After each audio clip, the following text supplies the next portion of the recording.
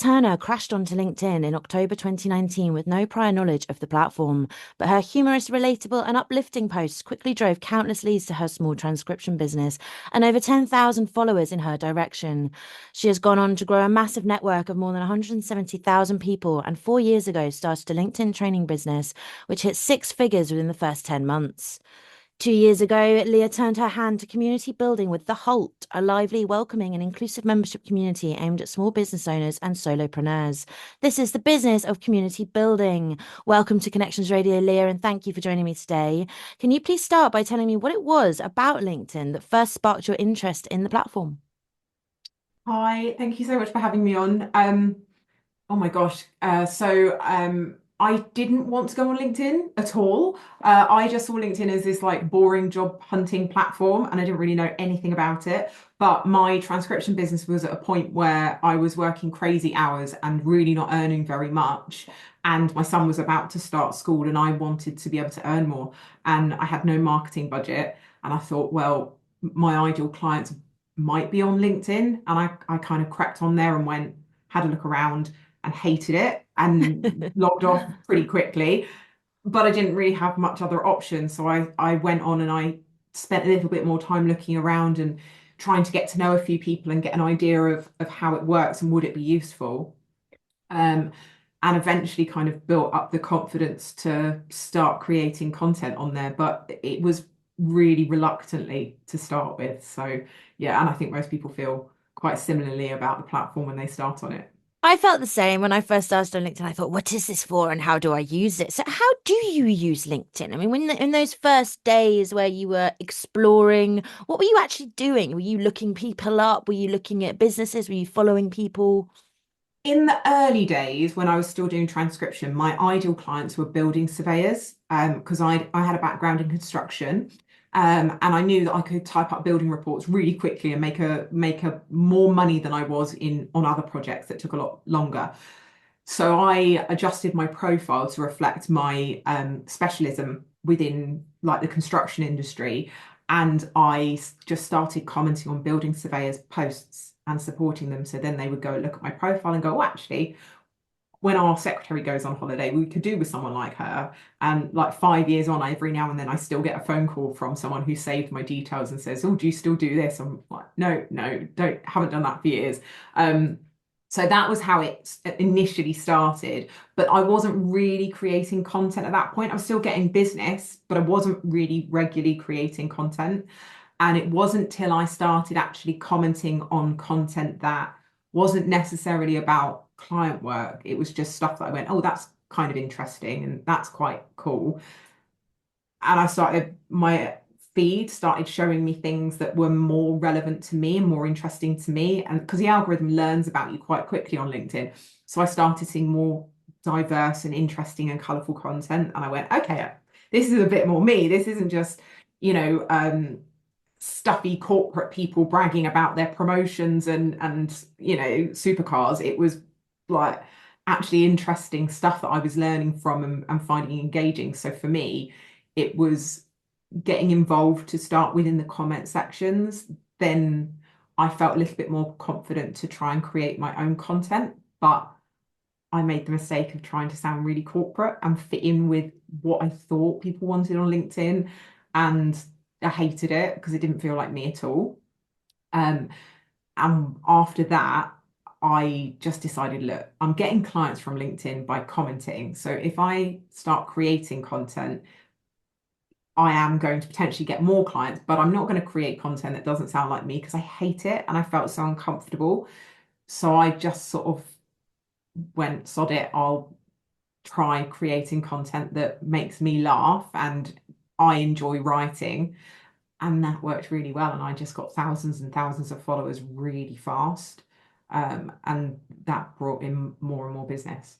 That's really interesting. So it sounds like it really started with engagement. I mean, you do hear this on social media. It's really engagement that drives interest, that gets the algorithm to get to know you better. For me and the thousands of clients that I've worked with that are having success on LinkedIn, they're being themselves. Authenticity does work, but people, I think, they mistake authenticity for meaning you have to, like authenticity, vulnerability, it works, but you don't have to tell people everything about yourself. Mm. You can choose your boundaries, and authenticity could just be mentioning you're a parent in a post. It doesn't have to be sharing photos of your children doing colouring at the weekend with you. You just need to let people know a little bit about who you are. I think people forget when they're thinking, oh, I'm selling to businesses, I need to be corporate. Businesses are made up of people. So you need to be human. And you'll hear it's not B2B, it's not B2C, it's H2H, it's human to human.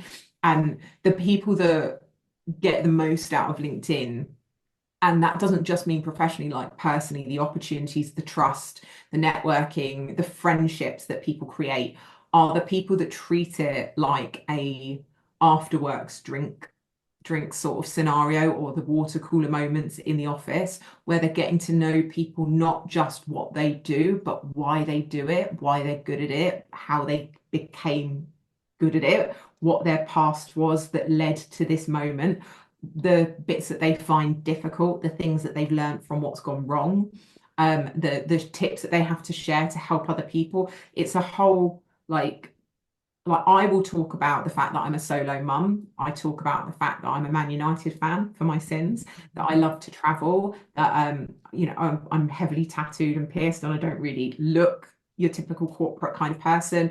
I talk about all these different aspects of who I am as well as what I do. And people relate to those different aspects of who I am. Someone might relate to the fact that I'm a parent, but they're not into football, but they've connected with me because I'm a parent, or they're into tattoos, but they hate traveling and they're not into spicy food like I am. But if we've got something in common, they're going to remember me more. So That's really important, I think. by talking about the different things that make you who you are, more people can find things in common with you, and the more you stand out to that person, because they're creating this kind of invisible connection. When they can relate you to something about themselves, they'll remember you better. And that's what personal branding, when people talk about personal branding, they'll overanalyze it. It's basically allowing people to find commonalities that they share with you, that they will then remember you over others that do what you do, and they become your marketers. It's interesting you talk about overanalyzing it. I think people do that with this term authenticity as well. People think like I must try and be authentic, but that's completely ridiculous because you can't try and be authentic. You just are or you're not. So how do we Yeah. break down as people who perhaps even generations a little bit older than us, perhaps they find it harder to be less corporate and less stiff and more personable online because it's not the way business always was it? So how can people really work to stop working so hard on being corporate? Um, it's really difficult, and it's something I've come up against a lot when it comes to like working with corporates. That I've been into, huge companies like IKEA and the NHS and Epson and HP, and these companies, like, they're not necessarily used to allowing their teams and their employees to talk openly on socials. Financial services is a big one, and legal. They can be really like tentative about allowing their teams to bring themselves to LinkedIn, because they worry that they're not going to be necessarily a good reflection, or maybe they'll say the wrong thing. But it's more of a relaxed, like, you'd send them to a networking event, you'd send them to a conference, and at a conference you might meet someone in line for the food, and you'll talk about what you're about to order, or a nice restaurant that you went to, or maybe what the traffic was like getting there, how far you've come from. You're not just pitching yourself. And I think when you come online just as this sort of corporate entity, it's essentially you're just sort of waving a big advert. Here, this is what I sell, buy me, buy me. But there's no emotional connection with the people or with the brand. And it's a lot easier to be emotionally connected to a person. This is why you'll see so many brands on places like Threads and Twitter, like Aldi or Ryanair or Beyond Meat. They've got, and Calm or another one, they've got like a person with a personality that connects with people, that makes them stand out a mile and makes people laugh. And that that you can use that with every single different member of staff that you have, because each of them has their own personality and will attract a different crowd of people, which means Mm. you're widening the net of potential customers that you've got. So I think stop trying to create content that makes you sound smart all of the time. It's okay to be learning. And especially for the younger people that come onto LinkedIn, they think, oh my God, I've got nothing to add. like I'm not as clever as all of these people. I felt like that. I was like, what do I know that these people might value? But actually, I documented my learning journey as well. Like, this is something I tried and it didn't work. Oh, I've just learned this thing. How great is this? Has anybody done something similar? And I sort of used it like a journal. So people saw my journey with what I was doing and they bought into that because I wasn't always saying, oh, I've done this amazingly well, admire me. It was, oh, I screwed up. This didn't quite go to plan, but here's what I learned from it, and I won't make that mistake again. And I think just you're not there to impress people. You're there to just get to know people and allow people to get to know you and just be your real self. I think Mm. people have this idea that they need to be perfect, but nobody's perfect. And even if they were, they wouldn't have many friends because most of us don't really like being around perfection. It makes us feel imperfect. So when you show Yeah. your imperfections, people are able to connect with you better. There's a CEO that I worked with, for example. He was the CEO of a law firm with over 450 people under him. And his most viral post that he ever had, which brought in customers, was he posted a photo of his shoes and he was wearing one brown shoe on his left foot and another brown shoe on his right foot, but they weren't part of a pair. And that post went viral and people laughed and they just saw him as this like ordinary person. This daft And fellow, yeah. yeah, just he might be incredibly powerful and he might make an enormous salary, but he's still just like everybody else. And people loved it. They ate it up and it brought him clients and opportunities and a lot more followers that he'd made laugh and feel good about themselves. And so yeah, it works. That sounds that's really interesting. And it's fascinating what you say about, people. I mean, it's true what you say. People buy from people. They don't buy from brands. They buy because they have an emotional connection or a human connection to the person selling it. I think it's a good point. Tell me about the Halt and who the membership network is aimed at. So I started the whole 2.5 years ago now. Purely because I was a lonely solo parent working from home and I had LinkedIn, but I wanted somewhere that I didn't rely on the algorithm to have conversations with people and we could have group chats. And I had so many people that wanted access to my visibility on LinkedIn. I thought, well, if all these small business owners need to learn skills and I have these people with these skills that want something from me, why don't I bring these people together so that your average, I don't know, I've just left an accountancy firm. I'm starting my own accountancy practice. I need to learn how to be a copywriter and I need to learn how to automate my emails and I need to learn how to build a website. But I can't afford to buy a course or hire people to do all these things because I've only just started out. So I need to learn those things. So I brought in experts in a whole range of different skills. And so these small business owners and solopreneurs that are on their way up can learn those skills for a small subscription fee and they can make friends with tons of other people that are on a similar journey in different industries. They've got referrals they can trust. And it's just worked beautifully. We've got 575 members worldwide, predominantly in the UK, but we've got people in 25 different countries, and they're all there to help and support each other. And that, every single day, if you're feeling a bit crap about something, you can go in and have a rant. If you're having a bad mental health day, there's a mental health channel. If you just want to share a win because you can't tell your friends and family because it feels like bragging to them, you can share your wins in there. And it's a real safe, non-judgmental place that people that are on that business journey can be together, learn from each other, learn from the masterclasses. And yeah, I mean, it's community in the traditional sense where people are out to help each other, not just what can I get from this? So what can I give to others that are there? Do you think there's a difference between an online community and the way that works and a physical community? A bunch of people that get together for networking events and sit in a room together. What are the differences? And how do you make it feel like you're in a room with someone when it's just online? We do in-person networking as well. So we've Okay. got local meetups that we do in person. And actually, in about 48 hours, I will be in London hosting a party for 250 of them in London. Hopefully, as long as the snow stays away. But The beauty of it being online is that it's always there. So it doesn't matter if you're in your slippers on your sofa with your dog on your lap, or if you're on the train on your way to a meeting and you just want to have a catch up or watch a masterclass or have a little chit chat with somebody. Like, we're always there, and you don't have to try and fit it into a busy schedule. It fits around a busy schedule, which I think really helps, especially when you're a small business owner and you're at the beginning, because those first few years are wildly busy. And it's also, I think, it's better for introverts because there's so many introverted, neurodivergent, various different levels of comfort with in-person networking. I'm personally an introvert and I hate in-person networking when I don't know anyone. It's intimidating to walk into a room full of people you don't know. Especially Whereas when you have to do the elevator pitch, which doesn't it, feel yeah, very natural, exactly. does it? Talk for one And there's minute and none of sell that. yourself. Ah. And you don't have to do any of that because it's all on your profile on a online one. People can click on your profile, find out what you do, and you don't have to do that awkward pitch. And you can just jump in with advice when someone asks for it. And people jump on coffee calls with each other when they've got a spare hour. They come to the weekly community calls and they just hop in with their cup of tea or their lunch or their cat on their lap and say hi to each other.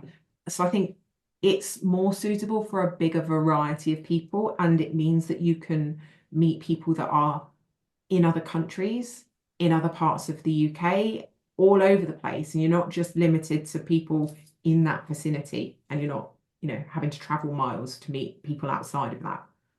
Do you think the international element of your community encourages diversity of thought amongst your members and you can learn more because of that diversity of thought? Yeah, and it's not just location. Like, we've got diversity of people in general, like colors, colors of skin, whether we've got lots of people who identify as, non-binary. We've got people who are transgender. We've got gay people. We've got Muslims. We've got Hindus. We've got Sikhs. We've got Christians, Catholic. Like, we've got loads of different people, but there's never any like we've never had any bickering or arguments between people. There's never been any controversy. There's no disrespect. And if there were to be any, we remove people immediately. Like, there's no compromise on that. I'm brutal. It's just like, you don't get a second chance when it Yeah. comes to our members. Um, but the location definitely helps. It's tricky to navigate with the time zones sometimes. Mm. But we've got expats that are living, British people that are living all over the place. But we've also got, got someone from Malaysia, we've got someone in South Africa, we've got someone in Oman, Panama, Bali, Thailand, and it means that you've got these different cultures and ideas and ways of doing things when it comes to business. So when someone asks a question, you get this range of different solutions. And sometimes you can pick out something, you go, what, I never thought of that. And you wouldn't have thought of it because you've never been exposed to that way of doing things. So yeah, it's really valuable. And how do you moderate such a large community? This must have become a full-time job for you. Is that true? You don't do transcription anymore, do you? And you haven't for a while. Is that right? No, I haven't done transcription since 2020. I've stopped, the LinkedIn training stops at the end of this year. Mhm. So it's not a full-time job because I've got an amazing team. So I've got an email marketer that does all the like copy for the emails. I've got a social media lady. I've got two community managers and a tech team. So they manage like the day-to-day running, and I'm in the community every single day. But the community managers are fantastic. We've got Takshi, who's in India, so she's on a slightly different time zone, and then Danielle, who's in the UK. So they're always keeping an eye on what's going on. Mm. But I'll be honest, I don't have, in terms of like moderating it, like we don't have to, because people know we're very vocal about our policy. It's all over the website. It's in my headline on LinkedIn, and it creates this like accountability, so people know if they come in, a certain level of respect and behavior is expected, and if they don't adhere to that, they'll be very swiftly refunded and removed. And it's only ever happened 3 times. Wow. So in terms of moderating, there's such a level of mutual respect for everybody, between everybody, that we don't have to worry too much about it at the moment. And we'll Yeah. bring in more community managers when the time calls for it. Well, it sounds like you've got it quite, the screening process is quite sufficient. So then you don't really need the moderation. How did you begin this community and how did you grow it so quickly? So I started thinking about it and building a waiting list for several months beforehand. And then we launched it to the waiting list and we sold 100 places in 6 hours. And then we shut the doors and said no more because we want to figure out if all the tech's working properly, iron out any problems that we might have. We've got these sort of beta tester group. And then we did it again. We opened it up to 50 more people, I think about 8 weeks later, and sold that out again in just a couple of hours. And then we just steadily grew with the doors open. And that proved quite a poor way of doing it because we sort of got stuck at around 200 members for over a year. And I decided I was going to move platforms to a better platform that was more cohesive and much more user friendly. And that was called Heartbeat. And I absolutely love that now. And so not this September gone, the one before, we shut the doors and moved to a waiting list model, at which point everything catapulted forward. So we've got a waiting list now of over 1,300 people, and we open the doors every month to 25 new members, and they sell out in 6 minutes every month. Wow. So we only let 25 in a month, or we've got an imaginary security guard called Backdoor Barry, and Backdoor Barry allows people to refer people in. So if you're currently a member and your friend's on the waiting list, you can get them in sooner by sort of solemnly swearing that this person's a decent human being. And so we've sort of Soho House vibes, like you can come in if you know someone. But it Yeah. worked really, really well. And having that exclusivity, and it's not done because we want to give this sort of fake FOMO. It allows us to control the growth of the community, which means we can manage expectations and make sure that the quality of the service remains. If we suddenly let in 1,200 people, like it would be absolute chaos and ruin it for the existing members. Yeah. So it's that's made it possible, I think, to grow it quickly, but also we massively over deliver for what we charge on a monthly basis. So it actually goes up to £65 a month and £650 a year in January, but it's currently £50 a month, or 500 a year. And for what they get for that, it's unreal. And so my focus was always providing a huge amount of value for a really affordable cost and having a volume community rather than having a high cost community with like a small number of people. I wanted to be able to make a big impact for as many people as possible and make it accessible and affordable. It sounds like you had a keen strategy behind the launch and you continue to build on that strategy and utilize that strategy. How important is it to develop a social media strategy to grow on a platform like LinkedIn? I think it depends on the kind of person that you are.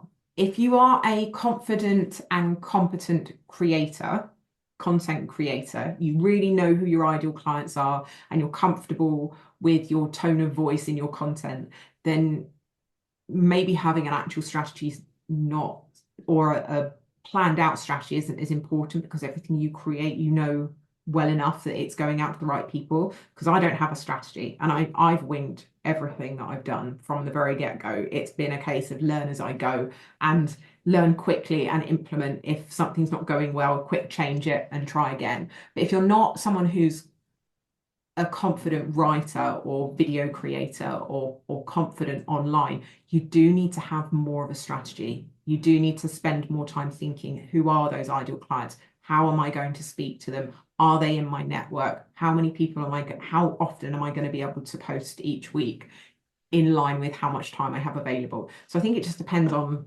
where you are on your journey as a creator. And if it's right at the beginning, I think having a manageable and attainable, achievable strategy can be really important to keep you consistent, because consistency on any social platform is the thing that will be the biggest benefit to you. And when you say consistency, what exactly do you mean? Do you mean posting at 1 p.m. on a Friday every week? Do you mean posting a similarly toned message each week? What does consistency mean?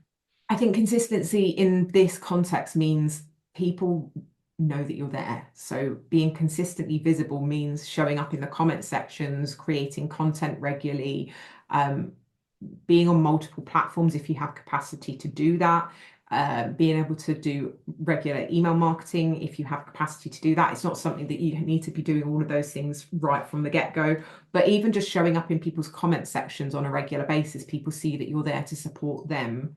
They're more likely to support you. But if you Mm. stop posting and commenting for big gaps of time, people forget who you are, or you drop off their feed because they're busy engaging with other people and the algorithm starts prioritizing other people over you in their feed because they've not seen you. So consistency needs to be built up.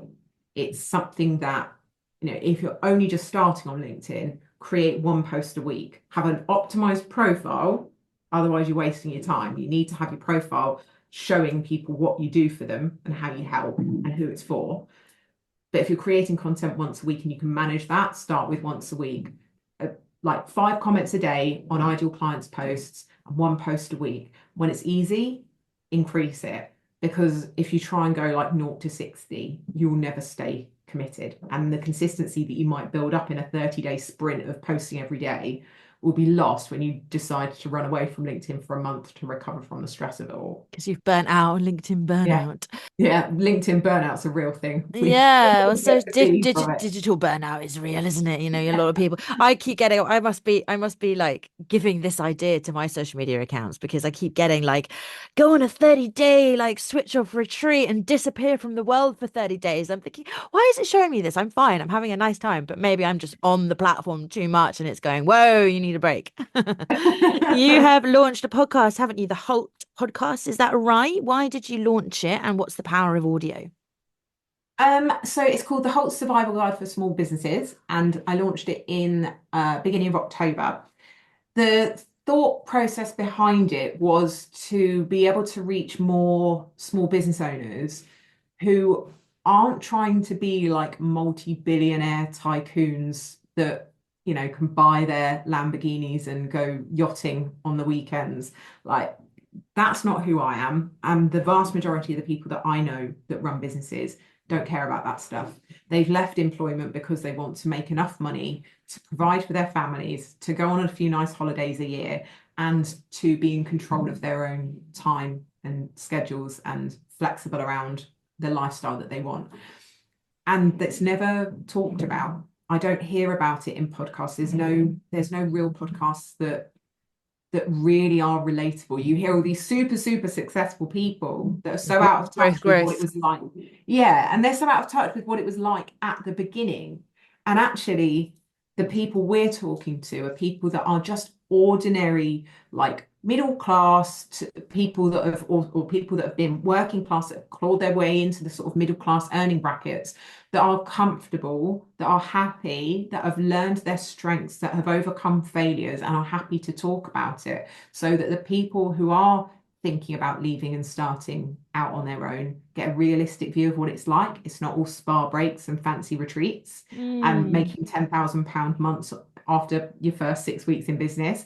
We wanted to give a real life reflection and raw, honest conversations that are humorous as well about what it's like, the imposter syndrome, the burnout, the stress, the friends that don't understand, the people that doubt you, the tough lessons that we learn, and the months where we're absolutely skint and thinking we're never going to get a client again. All of those things, they're real for the vast majority of business owners, but we don't hear about it. So then when it happens to us, we feel like failures. And I think so many people give up because they don't hear a real perspective on owning, running and starting a small business. So it's really important to me for offering something more authentic in that sort of sector of business.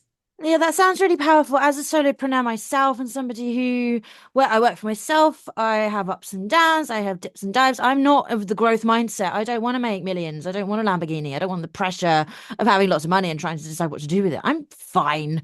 So that sounds really powerful. I'll be checking it out, and I encourage listeners to check it out if you're within this bracket. Leah Turner, thank you for joining me on the business of community building. Where can we hear this podcast or get in touch with you for more information on your masterclasses and the community network, the Halt, and where can we get on the waiting list? If you go to the dash Halt, HOLT.com, and the podcast, the Halt is on there. That's the community. We also have the Vault, which is access to the masterclasses only. So you don't have to sign up to the waiting list. You can just get immediate access. And that's only £20 a month. And just put in Leah Turner, Lea Turner on LinkedIn, and I'll probably be the first person that pops up, to be fair. Yeah, So, I was the one with the rainbow. I was going to ask you where we can follow you, and I thought, well, that's daft, isn't it? Because we've been talking about LinkedIn the whole time. Yeah, I mean, I'm on other socials as well. We've got Yeah. the podcast is on YouTube, Spotify, Apple. Okay. So by all means, and hopefully I'll give you the links so you can include those as well. Fantastic. Yeah, send me the links. I'll include them in the show notes for when it goes out on Wiz Media. Leah, once again, thank you for joining me today. It's been a really interesting conversation, and have a lovely day. And you, thank you.